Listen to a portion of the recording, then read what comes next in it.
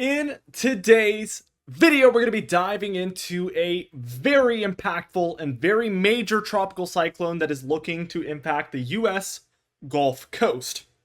We're going to be going over almost every hurricane model you can possibly find out there today, looking at the spaghetti model guidance, intensity guidance, and some individual models looking at the exact winds that these models are calling for. Some calling for category 1, 2, 3, and even 5. Even one showing the strongest Atlantic hurricane of all time. I think that's a little far-fetched, but we're going to go over that as well. Obviously, anything is possible, so we go over every single option. Rest assured, if you don't live in the areas impacted by this storm, we are going to be going over the entire European model run here for the entire United States, so you guys will still get some useful information here. Let's go ahead and dive into things, and as we take a look at the upcoming pattern, we take a look at tomorrow afternoon on Tuesday, September 24th. We have a major ridge in the west, very dry, very warm compared to normal. Cooler across a lot of the Midwest with a little bit of a ridge here over the east. Some neutral temperatures, I would say, not too warm in the east for the day tomorrow, but it is certainly quite cool over the Midwest and Great Lakes here as we have a bit of a trough, and then very, very warm over much of the western states is the current trend. And as you can see in this kind of area where we have a lot of movement with the jet stream, we have a lot of storminess, and this is very, very typical. A low pressure system is trying to form over the Ohio Valley. This would bring about a potential cold front, warm front look, something like this. Again, warmer air, kind of neutral air, I would call it. It's not too warm. Trying to race up the East Coast. Meanwhile, we have colder air diving in behind things, and that just creates a lot of instability. As we keep going here towards Wednesday on September 25th, a couple things popping off the screen at you. We have probably on this model run, I would say a hurricane already by the time we're reaching Wednesday on September 25th, just in that sweet spot between the Yucatan Peninsula here and Cuba there. It kind of goes right in between, which is a worst case scenario. That land interaction, although it does bring more impacts to those folks down there as a weaker storm, right? It kind of weakens the overall potential development because it has that land interaction going on. There is some hilly areas there, especially in the Yucatan Peninsula as well, that definitely do disrupt storms oftentimes. Now, because it goes through that sweet spot, it really doesn't miss a beat. It just continues to develop really strongly, and that's probably why we have a strong tropical storm or category 1 already by Wednesday afternoon on this model. Some models already showing it stronger than that by this point. We will dive into that a little bit later on. Again, ridge out west, trough in the central states, and still a bit of a ridge in the east, but not quite as intense. I would say really cool temperatures across the central, neutral temperatures to slightly below normal in the northeast, and then much warmer across much of the southeast. There is the trend. West is very warm compared to normal as well, and very dry.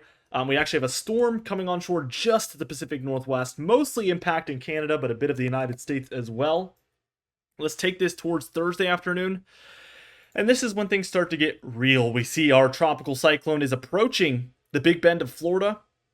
Very, very intense system, 989. It doesn't do too much development here on this model, which is surprising. We have very, very favorable conditions compared to normal in this eastern Gulf of Mexico. It's like the perfect storm.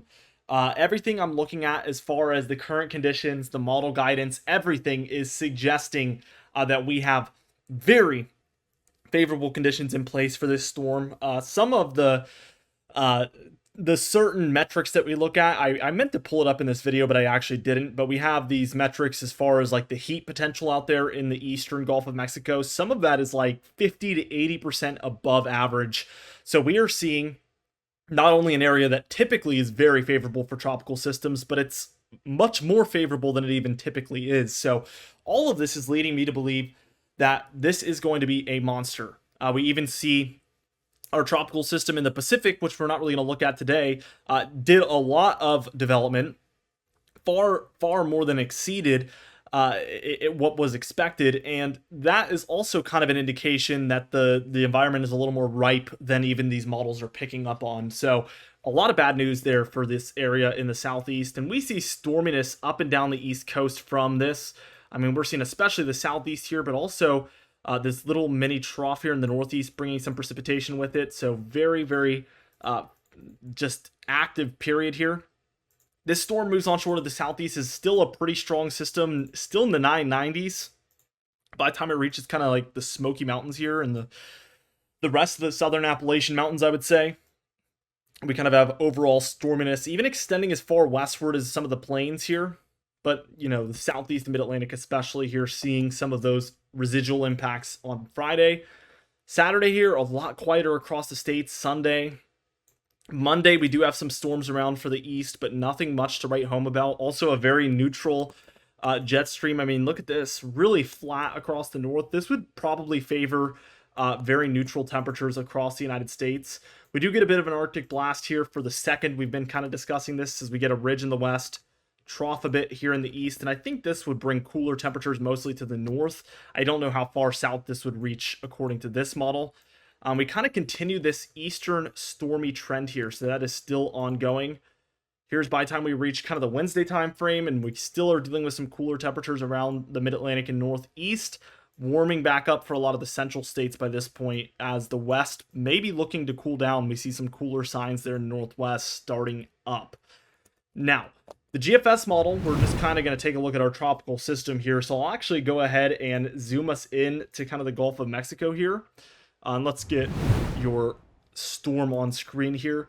What we see is this storm really develops nicely, again, going through the sweet spot, and it lowers down through the 980s quickly there, down into the 970s and even into the 960s before striking Florida there. So a much stronger storm, very impactful, heavy rainfall. I'm going to take a look at the total precipitation.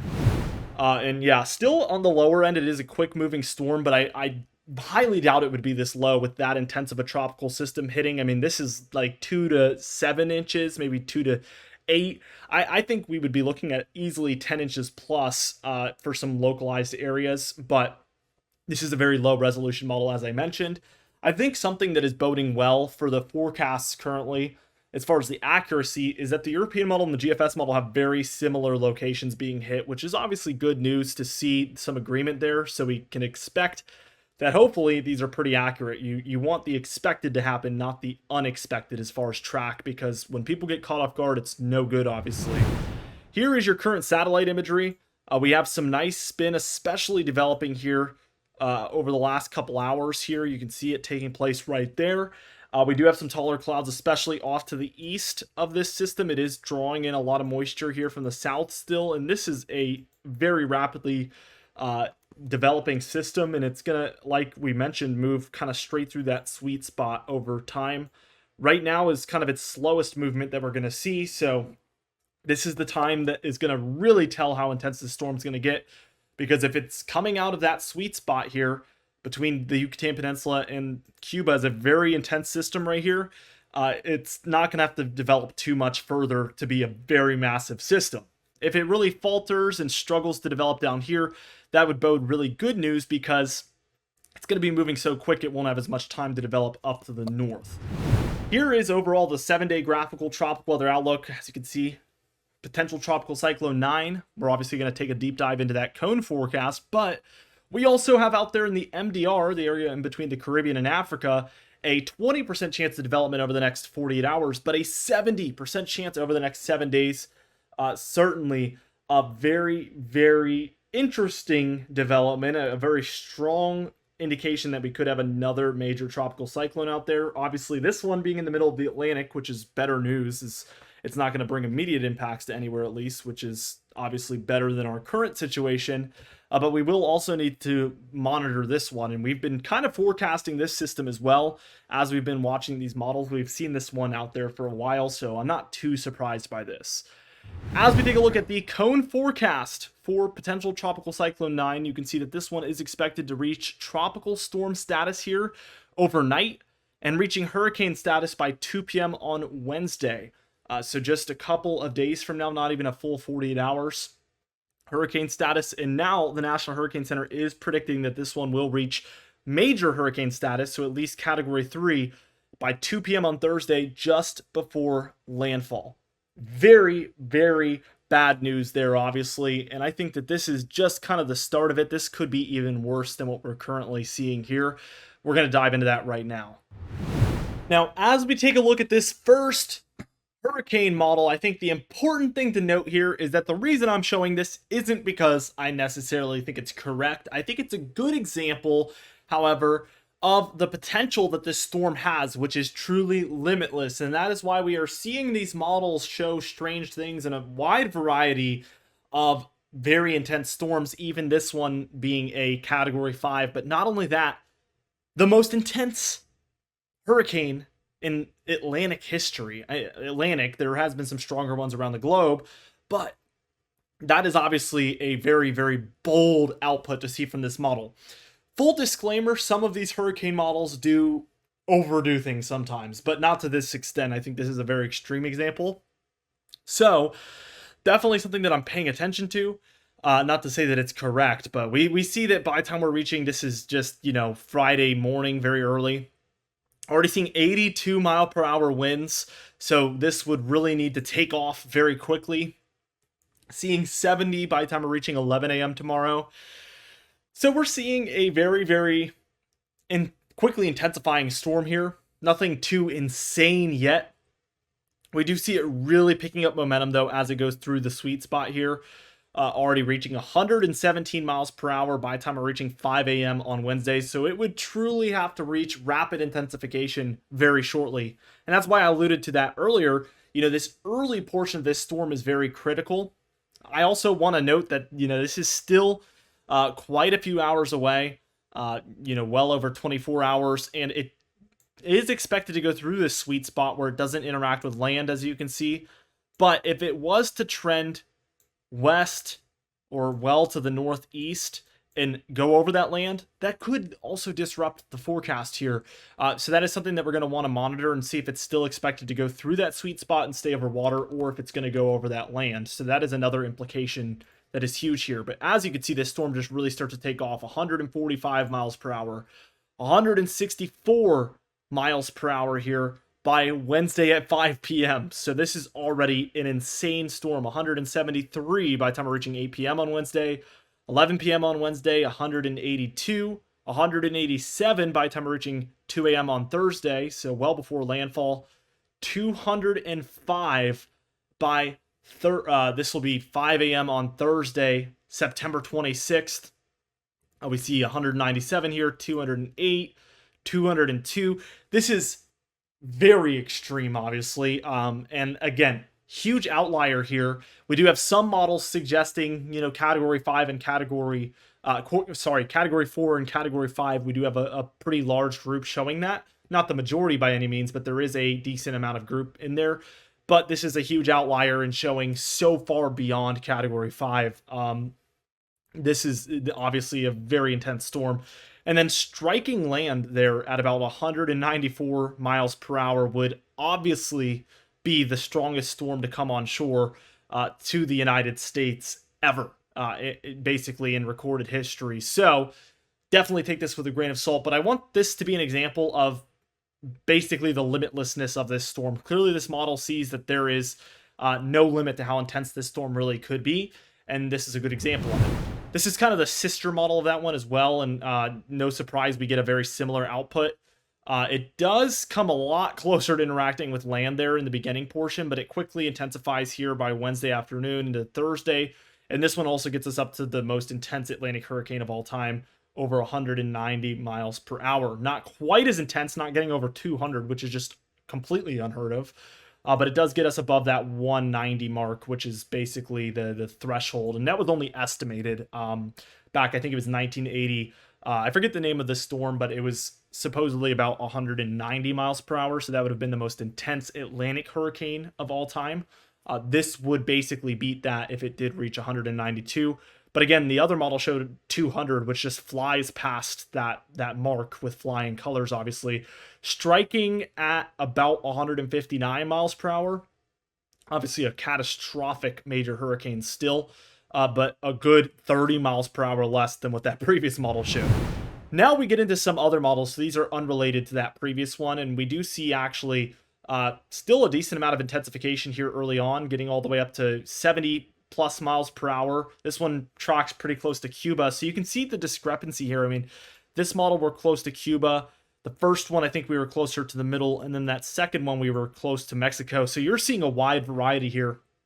Obviously, the middle is worst case scenario. Hitting either of these two areas of land, I would say especially Mexico, it's a little bit wider there.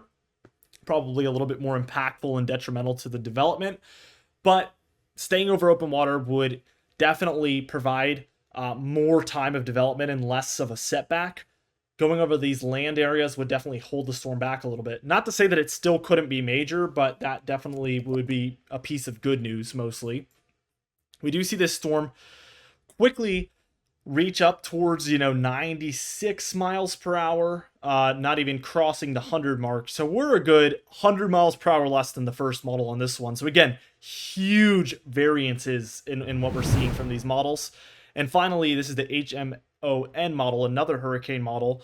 And this one, we get off to a hot start again. I mean, we're at 70 plus miles per hour. Picking up on the trend, I think all 4 of these hurricane models have us at over 70 miles per hour by the time we're crossing through this sweet spot on Wednesday morning. We see it really start to develop here. We see it at about 123. So this one would be about a Category 3 storm at landfall, and they all pretty much show this Big Bend of Florida being the area to watch. So keep that in mind that all 4 of these models do agree on the landfalling location. But throughout these models, we saw a historic Category 5. We saw another historic Category 5. Then we saw about a Category 1 or 2 on that previous model, and now we're seeing a Category 3 here. So we are seeing a wide variety. The majority saying major hurricane, just like the National Hurricane Center is showing, but there is that potential for a higher end, Category 5, 4, 5, or even, a very severe Category 5. Of course, I want you guys to know, again, based on the environment provided here and where this storm is headed, and, it does draw similarities to Michael. We saw a couple comments about that, and that was early on in my YouTube career when I forecasted Hurricane Michael, which was obviously a devastating hurricane. And that one was not expected to develop quite as strongly as it did and as quickly. And this one's track is so reminiscent of Hurricane Michael. So I think that, and the time of year too, we were in the exact same time of year. So I think that should be a lesson of how off these models can be and how intense these storms can really get so quickly in this area. I hope to God it's a Category 1 or 2. But the potential for 3, 4, and 5 is on the table. And, if it exceeds what is expected, it would clearly be a devastating hurricane, potentially even, very, very major, as in Category 4 or 5. Now, for the cone forecast, what's interesting is that when we look at this cone forecast, let me actually refresh this page real quickly. We might get the 18Z model run. No, we still don't. So we get the 12Z here.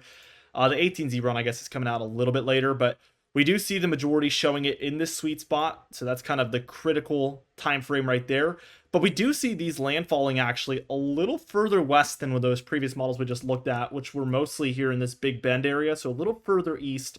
But really, the Panhandle, even I would say Tampa Bay is on the southern end of where we're watching for a slight risk of landfall. The most chance here is going to be right in the middle, and even as far west I would say as Mississippi and the western tip of the Panhandle of Florida there cannot be ruled out. Or sorry, Alabama and the Panhandle. I guess Mississippi is so close that they should be on high alert as well. But really we're watching this Big Bend and Panhandle of Florida for the highest chance of direct impact. But there is a lot of time to go, obviously, and we're going to be watching it closely. Here is the intensity guidance, and again, this is 12Z. We got an update on other sites. This is Weatherbell, but a lot of the guidance that is coming out exceeds this. We do see a group of models not even bringing this to Category 1. I would completely disregard these almost. I think that the chance of this not becoming a hurricane is near nothing at this point, so already those models are a little off the mark. But almost every model outside of those, well, obviously, I guess, cross over the Category 1 status. All but one of those that cross over Category 1 status reach Category 2, and I would say about half reach Category 3, and we have a couple reaching Category 4 here as well at this point. I would expect to see this likely, averaging around that Category 3 mark or 4 here by the time we're looking at this tomorrow. And maybe even some new guidance is going to suggest something better or worse than that, but this is obviously a critical time in this storm, and we're going to be updating you guys as often as possible. I've been talking a lot about, Category 2, 3, 4, 5 all day in this video at least. I want to let you guys know, and I want to put this disclaimer out. I always say this, but I forgot to say it today so far, but even if it's a category 1 or 2, it can still bring very major flooding, very major storm surge, very strong winds, and oftentimes those weaker storms, weaker quote unquote, right? Because they're very intense still, uh, can be just as devastating based on other factors like where they hit, what time of day they hit, if they hit at high tide, and the precipitation doesn't really obey the category system, right? The precipitation, we could see a category 1 or tropical storm bring more rainfall than some, category 3, 4, and 5 storms. And that also has to do with how quickly the storm's moving or slow. And thankfully, this one's moving quite quickly. So precipitation isn't going to be as high as it could have possibly been if it was a slow mover. But flooding is certainly a possibility regardless. Storm surge and even, tropical storms in category 1, 2 storms do bring wind damage with them as well. Maybe not as devastating as a 3, 4, or 5, but that doesn't mean that it won't be really impactful. So please take this storm seriously regardless of what is expected, by the time we reach tomorrow and the next day, whether the storm looks, not as bad or worse. There's a lot of time for change, but it is still likely and almost guaranteed to be a system that will be life-threatening, dangerous, impactful, damaging, all of those words and many more, of course, is what this storm is almost guaranteed to be at this point for somebody. The location is a little undetermined now, but we are pinning it down. But please take this storm seriously. Please pay attention to the National Hurricane Center. They have the best outlooks, the best warnings, watches, and advisories that have written information. If you go on their website, it'll have written instructions, written information about what to expect. There's just such a rich amount of information there, and I always recommend people check that out. It shocks me how many people don't actually go directly to the source and figure out what they're saying over there, but that is definitely a critical piece of information. If you have family or friends or anybody really that in these areas that are expected to be impacted, I would definitely send anything from them over to your friends and family, of course. Anyway, guys, with all that being said, this isn't the happiest video. I hate making videos like this, really. As much as weather drives my curiosity, I hate when we're dealing with something so catastrophic, and especially when it's so undetermined so far, and, a lot of people aren't, they don't even really know yet. And especially yesterday when I already kind of saw the writing on the wall, it's like nobody really knows about it yet. Just really upsets me. Anyway, with all that being said, be sure to subscribe. We will continue to keep you guys up to date with this storm over the coming days. Be sure to hit the bell icon. We do upload every single day, so you'll get those notifications so you never miss one. Be sure to like the video if you did enjoy it. Leave a comment down below, and I'll see you guys in the next video.